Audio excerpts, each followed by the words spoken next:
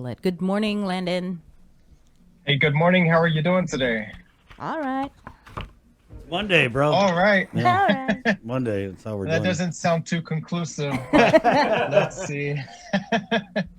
Well, it definitely not a bad day for us here in the region.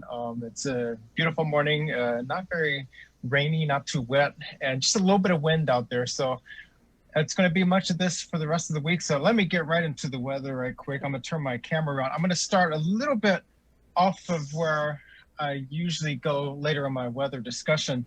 We're looking at the water vapor imagery right here. That's the moisture content in the atmosphere. So if you remember from previous weeks, I've discussed about what the different colors mean. The blue is very moist atmosphere. The yellows and oranges, that's more of the drier atmosphere. So we're looking at the upper level atmosphere. This is the upper level low that's circulating towards our west and moving away from us. Usually those are what causes our isolated thunderstorms or scattered thunderstorms, the lightning that we see across the region. Typically these happen between May through September, October. They've been lingering a little bit longer this year. And when they sync up with a surface level disturbance, like a trade wind surge or a low level trough or circulation, they can come together and generate those widespread showers and thunderstorms. We're not seeing that right now. It's fairly neutral with the showers and thunderstorms down to the south near Yap and Palau. That's where all the heavy convection, the deep convection, and the higher cloud tops are with those thunderstorms. Looking to our east, not that much. We're seeing a little bit of convection pop up over here, and that's going to come into play later in our forecast today. But then a lot of dry air from the east. So let me go to the radar right quick. And this is what we're looking at. And again, remember from last week and the week prior, when we see these signals in the radar beam, that's an indicator of the moderate to fresh trade winds over the water. That's the butterfly effect in the radar. So we're seeing those returns from the sea spray in the lower atmosphere. And that's just an indicator of about 15 knots of winds and greater. These are the showers that we're seeing come in. It's just spotty, isolated showers. They come in, get things wet and move right off, and nothing too exciting. It's not going to be a sustained heavy downpour, certainly no flash flooding potential with these showers. And that's the good news. And I don't really see any potential for that in the week ahead. So that's a stark change from what we've seen in the past. And now let me go back to our satellite. I'm going to show you the infrared picture. This is another image that we have to show what's out there. So we're seeing what's more at the surface now.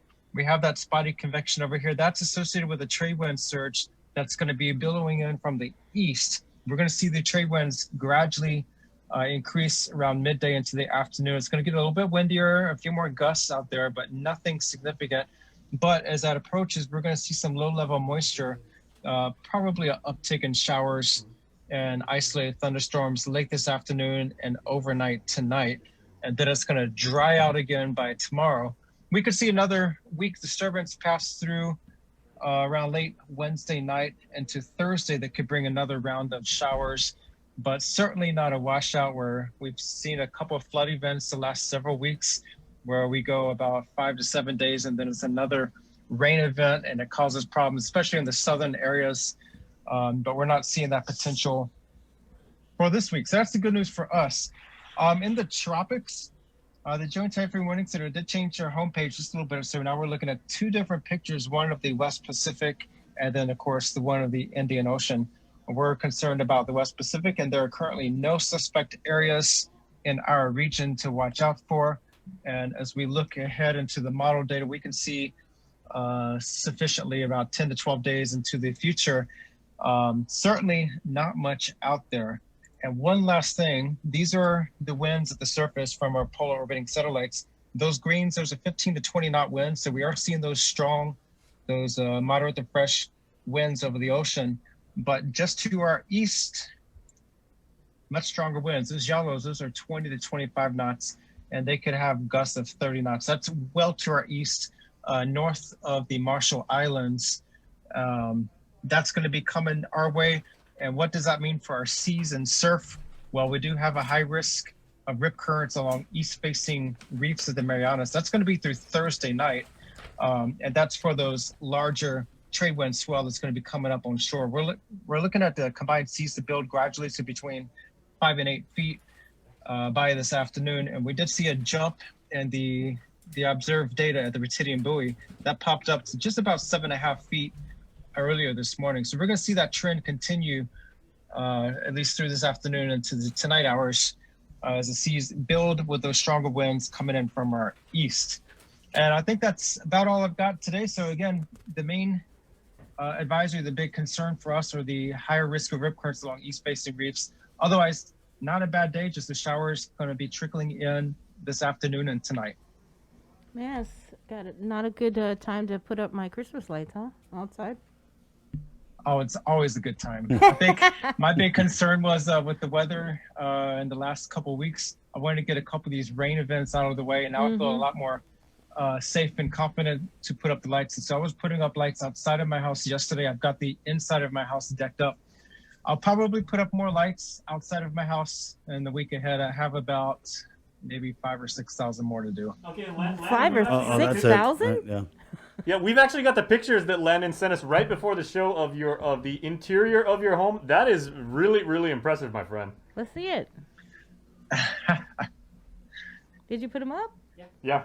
Oh, okay. It's just So I moved into the house. That was back in August, and one of the first things I did was I started putting up the lights because I tend to celebrate Christmas at the Filipino calendar, so the Burr month. So in September, that's when I like to start putting up some lights, and then as my schedule opens up, I'll put up more lights. So I strung up the kitchen yesterday, so now it's a little bit more festive feeling.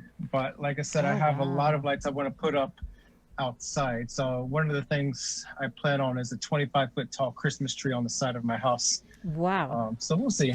But you know what you need to do So is you need to make sure to take a picture and use the hashtag making spirits bright, because we're actually doing a promotion on Christmas lights indoor and outdoor, but we're also partnering with the Island-wide Beautification Task Force, and they're actually giving away prizes, cash prizes. Cash prizes to help offset that power bill come January.